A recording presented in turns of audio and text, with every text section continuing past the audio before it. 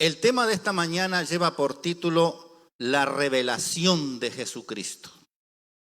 Si nosotros leemos allí en Apocalipsis capítulo 1, vamos a básicamente analizar algunos versículos del capítulo 1. Vamos a leer en el versículo 1 y 2 la revelación de Jesucristo que Dios le dio para manifestar a sus siervos las cosas que deben suceder pronto. Imagínense que cuando Cristo inspiró al profeta Juan que pronto iban a suceder estas cosas, cuán pronto va a ser ahora para nosotros que estamos aún más cerca. Y la declaró enviándolo por medio de su ángel a su siervo Juan, que ha dado testimonio de la palabra de Dios y del testimonio de Jesucristo y de todas las cosas que ha visto. Bueno, este mensaje viene de Dios.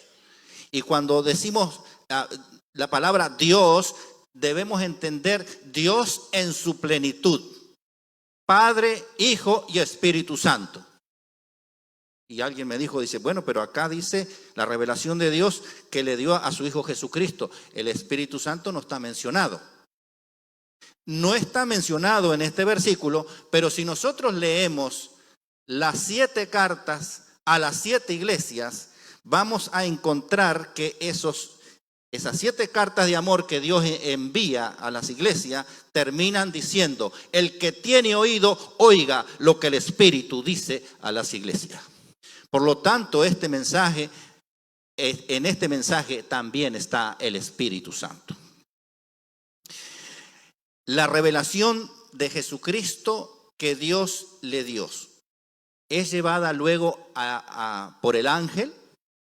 El ángel se la entrega a Juan y Juan se lo entrega a la iglesia.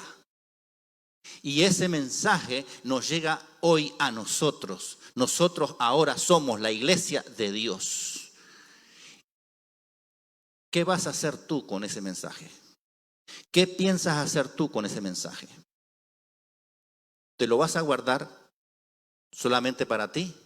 ¿O lo vas a compartir con aquellos que no conocen? Cuando yo pienso cómo yo me convertí al adventismo, es porque alguien me habló.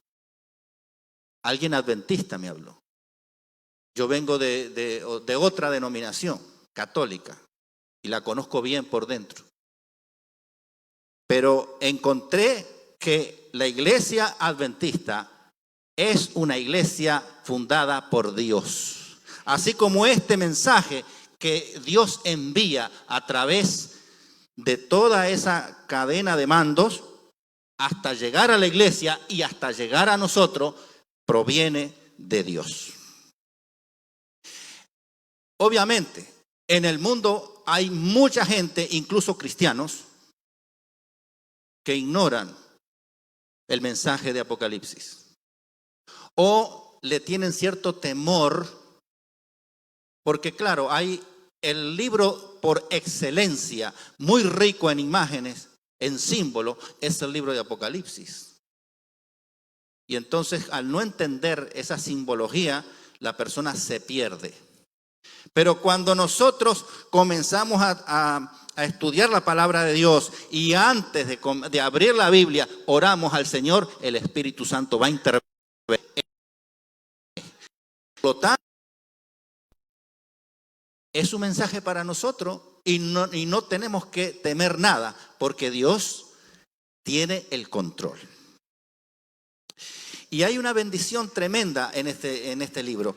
Allí en el versículo 3 de Apocalipsis dice: bienaventurado el que lee y los que oyen la palabra de esta profecía y guardan las cosas que en ellas están escritas, porque el tiempo está cerca. Bueno, en esta hora estamos recibiendo esa bendición, porque estamos leyendo las palabras de esta profecía, la estamos escuchando. Lo que falta ahora es que tú la guardes en tu corazón y la pongas en práctica. y sobre todo la compartas con aquellos que no la conocen. Otro detalle que hay que enfatizar acá es, ¿qué entienden ustedes por la palabra revelación? ¿Qué significa para ustedes la palabra revelación? Bueno, si ustedes van a cualquier diccionario, ahí le van a dar varias definiciones. Por ejemplo, manifestación de una verdad, descubrir, hacer público algo, declararlo, darlo a conocer, eso significa revelar. Pero entonces yo me pregunto, no sé si ustedes se preguntan lo mismo, pero yo me pregunto, ¿por qué hay muchos cristianos, y tal vez millones de cristianos, que piensan, que afirman y que creen que Cristo va a hacer algunas cosas en secreto? Y el libro de Apocalipsis dice que Cristo se está revelando, lo está dando a conocer. Pero hay otras teorías cristianas que dicen que Cristo va a venir en su segunda venida en dos fases. La primera fase es en secreto, nadie se va a dar cuenta. Y va a raptar la iglesia en secreto y se la va a llevar al cielo por 7 años. Y supuestamente los que creen en esa teoría, este año sería el año del rapto. Pero la palabra de Dios dice claramente que Cristo se está revelando. O sea, esto es palabra revelada de Dios, que viene de Dios, revelado. Además hay otro versículo interesante en Amós 3:7, Amós 3:7, que dice así: porque no hará nada el Señor. ¿Cuántas cosas va a hacer el Señor? Nada, sin antes revelarlo primeramente a sus siervos los profetas. Es decir, cuando Dios se propone hacer algo en este mundo, en la vida del hombre, ¿qué hace el Señor primero? Lo revela. El Señor no va a hacer nada, absolutamente nada en secreto. Entonces, cuando estos cristianos comienzan a hablar de estas teorías, están hablando mal de Dios en primer lugar, porque le están poniendo una personalidad dudosa a Dios, que primero se revela, pero después actúa en secreto. Así que hay que tener cuidado. Obviamente en Deuteronomio 29:29 dice algo interesante también. Dios tiene secreto. Claro que sí que tiene secreto, pero los secretos de Dios, si Él no los reveló para nosotros, pertenece a Él y nosotros no tenemos que estar especulando en ello. Lo que es revelado es para nosotros y es para nuestra salvación. Por lo tanto, no tenemos que ir más allá de lo que está escrito. Como dice Isaías 8:20, a la ley y al testimonio, si no hablare conforme a esto, es porque no le ha amanecido. Cabe destacar que el personaje central del libro de Apocalipsis es Cristo Jesús. Y entonces en el libro de Apocalipsis vamos a encontrar varias formas en cómo se identifica Cristo Jesús. Varias formas.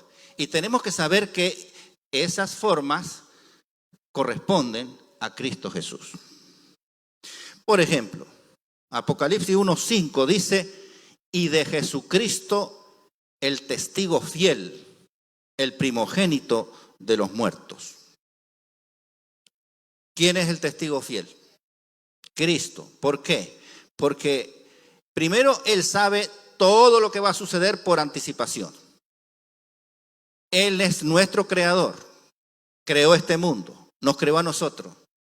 Y Él sabe qué es lo que va a acontecer, por eso Él se está revelando. Por lo tanto, Él es un testigo fiel, en el cual nosotros debemos confiar, debemos creer. Pero luego dice el primogénito de los muertos. ¿Por qué le llaman a él el primogénito de los muertos? ¿Será el primero en que resucitó cronológicamente? ¿Él fue el primero que resucitó? ¿O hubo alguien más que resucitó primero que Cristo, cronológicamente hablando? Sí, Moisés. Moisés resucitó primero. Por eso lo vemos allí en el monte de la transfiguración. Ustedes pueden ir a Mateo 17 y allí aparece cuando Jesús le quiere mostrar el reino de gloria a unos cuantos discípulos y él se transfigura. Allí aparece Elías y aparece Moisés. Moisés resucitó primero que Cristo. Pero ¿por qué se le dice a él primogénito? Porque primogénito tiene otro significado. Significa el primero y único en su clase. Porque a nivel humano lo podemos entender. Podemos entender qué significa la palabra esa de primogénito. Ustedes han escuchado en las noticias, por ejemplo, el primer ministro de algún país por ahí, o la primera dama, también lo han escuchado, ¿verdad? Ahora, esa primera dama, ¿es la primera dama realmente? ¿O no hubieron antes que ella otras damas? ¿O el primer ministro, antes de él no hubo otros primeros ministros también? Es decir, ese primero se está refiriendo al cargo que está ocupando la persona. Pero para el caso de Jesucristo, la primogenitura, como dice, el primogénito lo coloca en una posición única y superior a todo ser humano que alguna vez haya resucitado. ¿Por qué? Porque él triunfó en la muerte. Porque él resucitó y como dice Juan 10, versículos 17 y 18, Cristo tiene el poder de dar su vida y de volverla a tomar. ¿Y qué hombre tiene ese poder? A ver, ¿hay algún hombre que tenga ese poder? Ninguno. Por lo tanto, Cristo es el primogénito de los muertos. Y como está registrado allí en Apocalipsis 1, versículo 18, Cristo vive. Lo dice allí, estuvo muerto, sí, estuvo muerto. Pero él dice, mas he aquí que vivo por los siglos de los siglos, amén. Y tengo las llaves de la muerte y del sepulcro. ¿Qué significa eso? Tener la llave de la muerte y del sepulcro. ¿Qué les dice eso a ustedes? Que toda persona, todo hombre, toda mujer que obedezca a Cristo Jesús, se mantenga en obediencia, y aunque esa persona llegue un día y baje al descanso, se muera, parta de este mundo, Cristo dice que el que cree en mí, aunque esté muerto, vivirá. ¿Por qué? Porque Él es la resurrección y la vida. En Cristo hay vida. El que tiene al Hijo tiene la vida. Y el que no tiene al Hijo no tiene la vida. Entonces, ¿cuál es la clave? ¿Qué debemos tener nosotros en nuestro corazón? A Cristo Jesús. A Dios en su plenitud. Hay otras referencias que me llamaron la atención también en el libro de Apocalipsis, que están en el capítulo 1, versículo 4 y el versículo 8, que son como versículos paralelos. Y simplemente vamos a analizar una frase de esos dos versículos, que dice, refiriéndose a Cristo, el que es, el que era y el que ha de venir. Bueno, ¿qué está diciendo con el que es? ¿Por qué nosotros identificamos el que es con Cristo? Estamos hablando del verbo ser, está conjugado en presente, pero como es Juan el que está hablando de Cristo, está en tercera persona. Él, el que vive. Pero si fuera Cristo mismo el que hablara, él diría, yo soy. ¿Cuál fue la respuesta que recibió Moisés cuando le preguntó a Dios, yo soy el que soy. Eso está registrado en Éxodo 3, versículos 13 y 14. Yo soy el que soy. Así que ¿a quién se está refiriendo Juan cuando dice el que es? Se está refiriendo a Cristo. Porque en el Nuevo Testamento, Cristo dice, por ejemplo, Juan 6:48, yo soy el pan de vida. Juan 8:12, yo soy la luz del mundo. Cuando hayáis levantado al Hijo del Hombre, entonces conoceréis que yo soy. Dice Juan 8:28. Yo soy la puerta. Juan 10:9. Yo soy el buen pastor. Juan 10:11.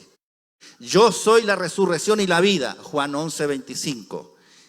Yo soy el camino, la verdad. Juan 14:6. Y este versículo me llamó la atención. Bueno, yo soy la vid verdadera. Juan 15:1. Gracias. Y este es el versículo que me llamó la atención. Cuando Cristo estaba en el huerto de Getsemaní, en esa noche que lo apresaron, era un 14 de Nisan, porque fue el día de la Pascua, la noche del viernes, que para nosotros hoy sería el jueves a la noche. Lo vinieron a arrestar y preguntaron quién era el Cristo. Y dice, cuando Cristo les dijo, yo soy, retrocedieron y cayeron a tierra. Todos. Tremendo poder. Porque es Dios en persona. Luego el versículo de Apocalipsis 4 y 8 nos dice el que era. Entonces cabe la pregunta ahí, ¿quién era Cristo? ¿Quién era Cristo? Bueno, si vamos a Juan 1 del 1 al 3, en el principio era el verbo era con Dios, el verbo era Dios. Este era en el principio con Dios. Todas las cosas por Él fueron hechas y sin Él nada de lo que ha sido hecho fue hecho. Esto nos está diciendo que Cristo era Dios desde la eternidad hacia la eternidad. Él es nuestro creador, porque aquí lo dice claramente. Cristo es nuestro creador. Pero cuando vino el cumplimiento del tiempo, Gálatas 4, 4 y 5, dice que Dios envió a su Hijo, nacido de mujer y nacido bajo la ley. ¿Para qué lo envió? El versículo 5 dice, para que redimiese a los que están bajo la ley, a fin de que Dios nos recibiera a nosotros como hijos suyos. Si hoy tú estás aquí, es porque Dios te considera un hijo de Dios y una hija de Dios. Alabado sea su nombre. Pero tú tienes que mantenerte en esa posición que Dios te está concediendo en estos momentos.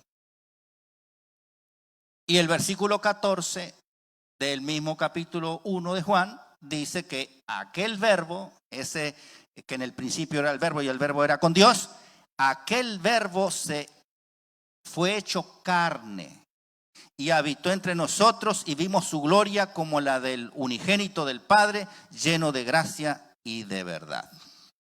Así que por el amor de Dios hacia el hombre y hacia la mujer, perdidos, porque nosotros somos de raza humana, pero caída, perdidos, destituidos de la gracia. Pero Dios nos ama y entonces Dios envió a su Hijo para que todo aquel que crea en Cristo Jesús no se pierda, mas tenga vida eterna. Hay una cita aquí de Elena G. de White, Deseado de toda la gente, página 15. Y ella hace una comparación así como Dios en el desierto le dio la orden a Moisés, allí en Éxodo 25:8, y me harán un santuario y habitaré en medio de vosotros, en medio de ustedes, y de hecho así era. El santuario terrenal estaba en el centro del campamento del pueblo de Dios. Las 12 tribus se instalaban alrededor del santuario terrenal. 3 hacia el frente, 3 a un costado, 3 al otro costado y 3 hacia atrás. Las 12 tribus. Estaba en el mismo centro. Dios estaba acompañando a su pueblo en el desierto. Pero Cristo levantó su tabernáculo, dice ahí en Deseado de toda la gente, página 5, página 15, en medio de nuestro campamento humano. Hincó su tienda al lado de la tienda de los hombres a fin de morar entre nosotros. Y para que nosotros pudiéramos aprender de él,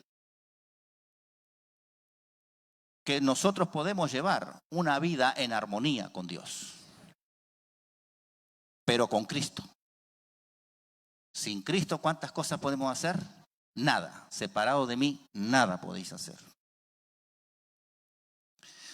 Luego, el otro punto que estamos analizando, el que es, el que era y el que ha de venir. Y sabemos que el que ha de venir, ¿quién es? Cristo Jesús. Él lo dice de muchas maneras en distintos libros de la palabra de Dios, en los evangelios. Pero el acontecimiento más grande en el libro de Apocalipsis es la segunda venida de Cristo en majestad y gloria. Y él dice que viene con todos los ángeles, con todo su poder, en la gloria del Padre y en la gloria del Hijo. En Apocalipsis 8:1 dice que se hace media hora de silencio en el cielo. Media hora de silencio en el cielo. ¿Qué nos está diciendo eso? En estos momentos que el juicio investigador está en pleno desarrollo, hay millones y millones de ángeles que están viendo lo que Dios y Cristo Jesús están realizando en ese juicio. Hay miles y miles de ángeles que están asistiendo al Padre y al Hijo. Vayan y lean Daniel 7, versículos 9 y 10, y allí lo dice. Millones y millones. Pero va a llegar un momento que ese lugar va a quedar vacío completamente. Por eso va a haber silencio de media hora. Porque todos van a acompañar a nuestro Salvador y Redentor, Cristo Jesús, a que venga aquí a la tierra para llevarse a los redimidos al cielo. Y si nosotros hacemos un cálculo matemático con media hora en términos proféticos, estamos hablando de una semana y 6 horas, 7 días y 6 horas. ¿Ve? Así que ese tiempo es que se hace silencio. Hay una cita de Elena G. White que habla justamente de que la traslación de la tierra, o sea, de las nubes, porque Cristo no va a tocar tierra, sino que va a llegar a las nubes, de las nubes al mar de vidrio, donde está el trono de Dios, va a haber 7 días. Le leo la cita que está en Primeros Escritos, página 16. Dice, juntos entramos en la nube y durante 7 días fuimos ascendiendo al mar de vidrio, donde Jesús sacó coronas y nos las ciñó con su propia mano. 7 días. Interesante. ¿Por qué estoy diciendo esto? Porque aquí habla en el versículo 7 de Apocalipsis, Apocalipsis 1, versículo 7, que la venida de Cristo es tremenda, es potente, es algo nunca visto. Todo ojo le verá, dice el versículo. Y cuando dice todo ojo le verá, está diciendo que tanto los que esperamos a Cristo Jesús lo vamos a ver, como aquellos que lo rechazan también lo van a ver. Es decir, los buenos van a verlo, los malos van a verlo, los creyentes los van a ver, los no creyentes lo van a ver, los que están sellados para salvación eterna lo van a ver, y los que están sellados para perdición eterna lo van a ver también. Incluso dice que lo van a ver aquellos que lo traspasaron a él. Y aquí entramos en un análisis un poquito más profundo. ¿Cómo es posible que los que traspasaron a Cristo Jesús, con aquellos que gritaban crucifícale, con aquellos que le pusieron la corona de espina, aquellos que le clavaron los clavos, aquellos que le dieron latigazos, aquellos que le escupieron, aquellos que se mofaban y decían, si tú salvaste a tanta gente, sálvate a ti mismo? ¿Cómo esa gente va a ver a Cristo Jesús? ¿Cómo Anás y Caifás, que estaban allí acusándolo falsamente, con testigos falsos en el Sanedrín, temprano ese viernes, ese 14 de Nisan, bien temprano en la mañana, antes de llevarlo a Pilatos, que buscaban una manera para que él cayera en la trampa que ellos le estaban tendiendo y ellos poder condenarlo? ¿Cómo ellos lo van a ver? Mire, aquí en Mateo 26, versículos 62 al 64, dice así: y levantándose el sumo sacerdote le dijo, ¿no respondes nada? Porque lo estaban acusando y estaban diciendo una cantidad de falsedades contra Cristo. Y entonces el sumo sacerdote le dice, ¿y no respondes nada? ¿Qué testifican estos contra ti? Mas Jesús callaba. Entonces el sumo sacerdote le dijo, te conjuro por el Dios viviente que nos digas si eres tú el Cristo, el Hijo de Dios. Y la respuesta de Jesús es, tú lo has dicho. Y además os digo que desde ahora veréis al Hijo del Hombre sentado a la diestra del poder de Dios y viniendo en las nubes de los cielos. Esta gente también lo va a ver. ¿Pero cómo? ¿Qué tiene que suceder para que esta gente pueda ver a Cristo viniendo en majestad y gloria? Tiene que haber una resurrección previa a la venida de Cristo. Una resurrección unos días antes. ¿Cuántos días se tarda el viaje del trono de Dios, del santuario celestial a la tierra? Y de aquí para allá, ¿cuánto? Unos 7 días. Así que esta gente tiene que resucitar por lo menos un poquito más, un poquito antes de esos 7 días, para ver la nube donde trae a Cristo Jesús, que primero se ve allá a lo lejos como un punto negro en el horizonte, más pequeño que un puño, pero a medida que se va acercando se va iluminando. Bueno, ese viaje va a tardar 7 días, por lo que hemos leído aquí. Y esta gente tiene que resucitar antes. O sea, unas horas antes, por lo menos, que cuando comience la venida, ellos puedan ver cómo viene Cristo Jesús en majestad y gloria. Pero también van a resucitar en esta resurrección especial o resurrección parcial, van a resucitar personas salvas. Y ustedes dicen, y bueno, ¿y dónde dice eso? Ahora lo vamos a ver. Así que esta resurrección especial es una resurrección mixta. Y cuando digo mixto, es que van a resucitar buenos y malos.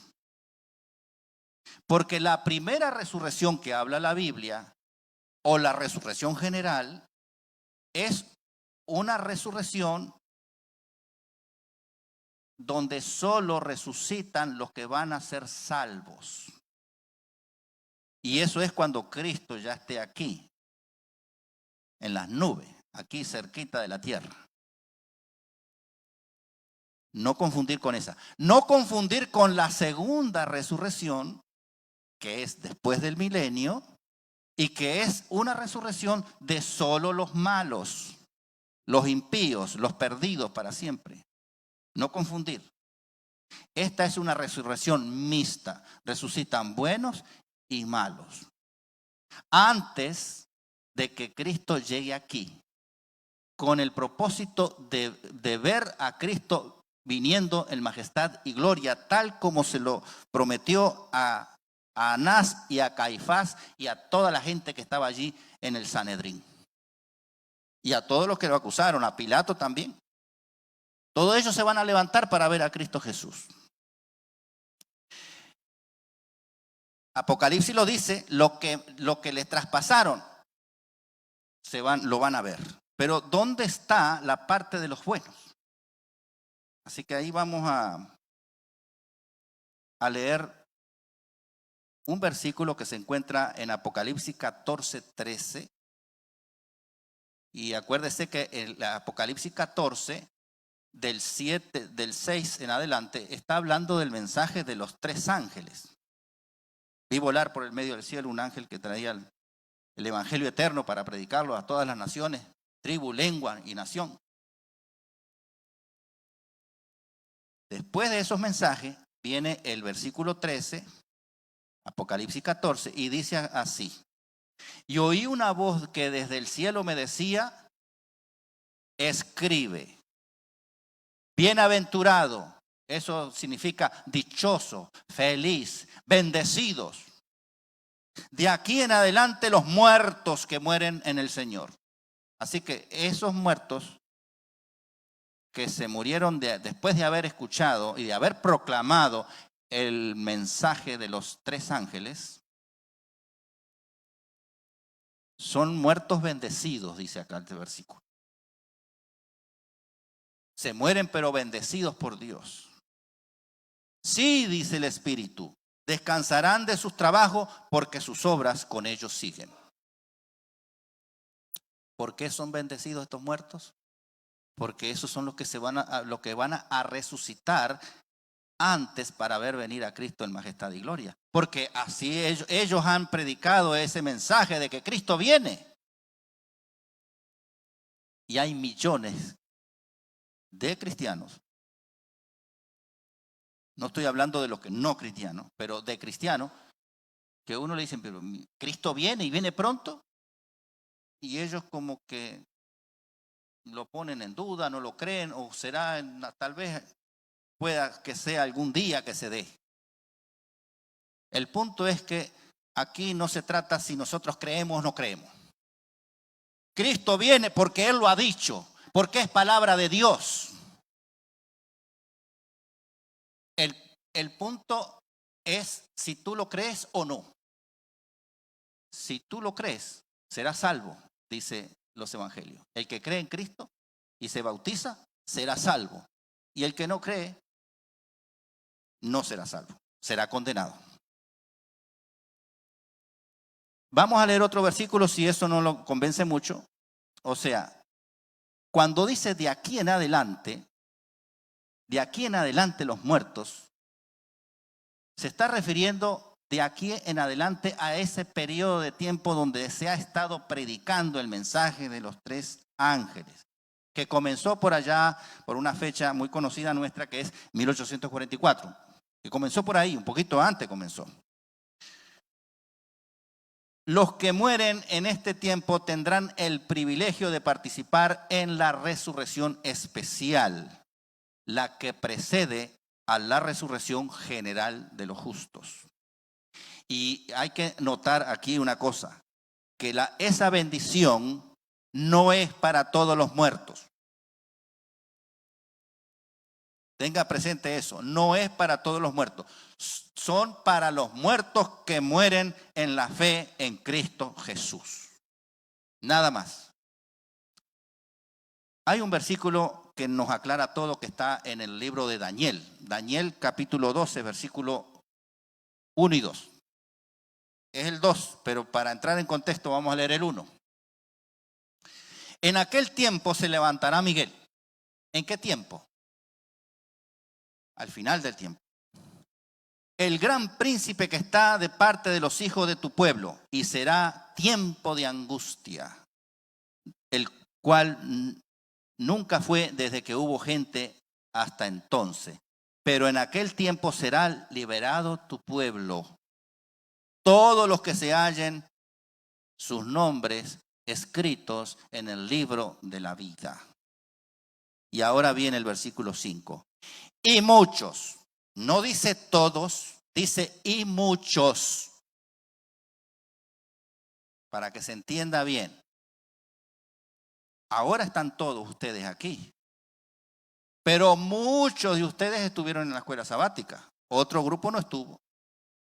Tal vez venían en camino o tal vez estaban en otros departamentos con otras actividades. Para que se entienda esta terminología, cuando dice muchos es una parte del todo, no son todos. Entonces, muchos de los que duermen en el polvo de la tierra serán despertados. Y aquí aclara quiénes son los que se van a despertar.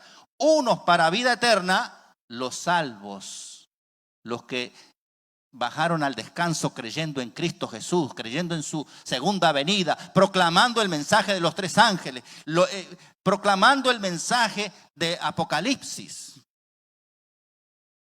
Esos van a ser despertados para vida eterna.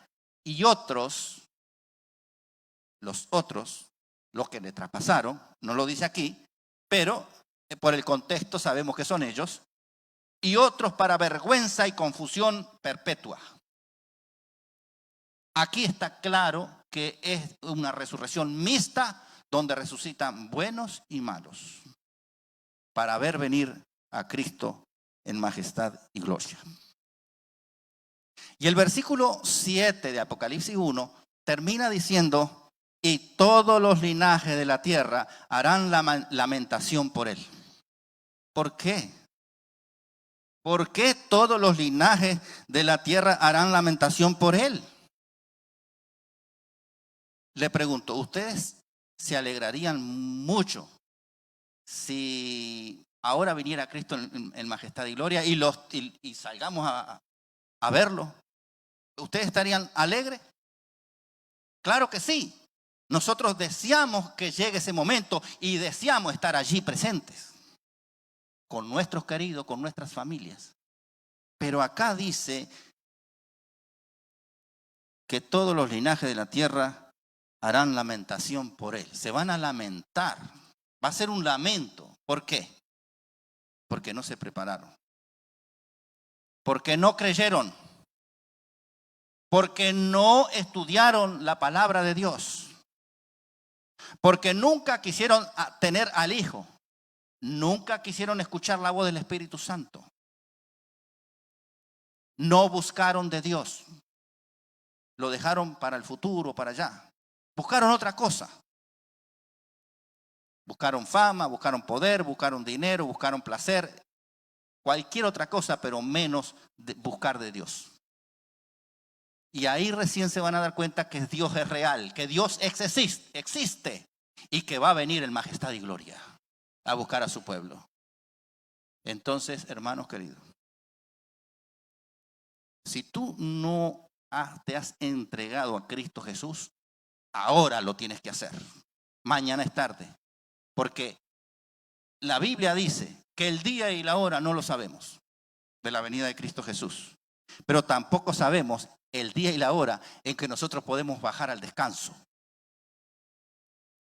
Por lo tanto, si tú quieres buscar de Cristo, toma la decisión en este momento de entregarle el corazón a Cristo Jesús.